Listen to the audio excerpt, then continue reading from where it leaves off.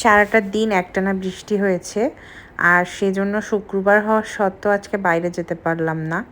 কিন্তু বিকালের দিকে বৃষ্টিটা একটু থেমেছিল একেবারে সন্ধ্যার আগ মুহূর্তে। তো বাসায় কিছু টক আম ছিল, তো ভাবলাম যে একটু কুচিয়ে নিয়ে ছাদে যাই, একসাথে মেখে খাওয়া যাবে, ভালোই লাগবে, সময়টা ভালো কাটবে। বাসার মধ্যে থেকে থেকে আসলে ভালোও লাগে না একা একা। আর মমিনুর বাসায় ছিল, আর আম মাখা খেতে আমরা দুইজনেই ভালোবাসি। আমার অবস্থা দেখে কেউ হাসবেন না, বাসায় তো আমি এভাবেই থাকি।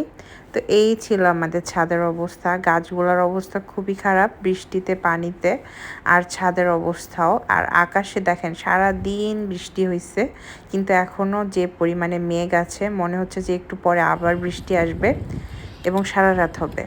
কেমন মজা? হ্যাঁ মজা। কে মাখাইছে আমটা? কি আমি কুচাই দিছি না? তোমার আর মেঘের মধ্যে একটা মিল আছে, জানো কোথায়? কালারে। আমাদের এরকম খুঁটিনাটি ঝগড়াঝাটি কিন্তু সব সময় চলতে থাকে।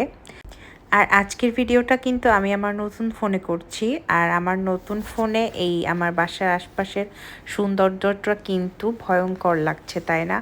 আকাশের অবস্থাটা আসলেই অনেক মেঘাচ্ছন্ন ছিল, আর একটু পরেই ঝমঝমিয়ে মনে হচ্ছে আবার বৃষ্টি আসবে, আর অনেক অনেক বাতাস ছিল ওই দিন।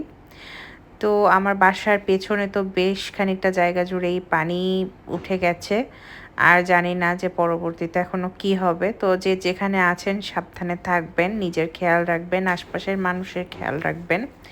তো আজকে একটা সুন্দর ভিডিও কাটালাম, ভিডিওটা এই পর্যন্তই ছিল। সবাই ভালো থাকবেন, সুস্থ থাকবেন, আমাদের জন্য দোয়া করবেন।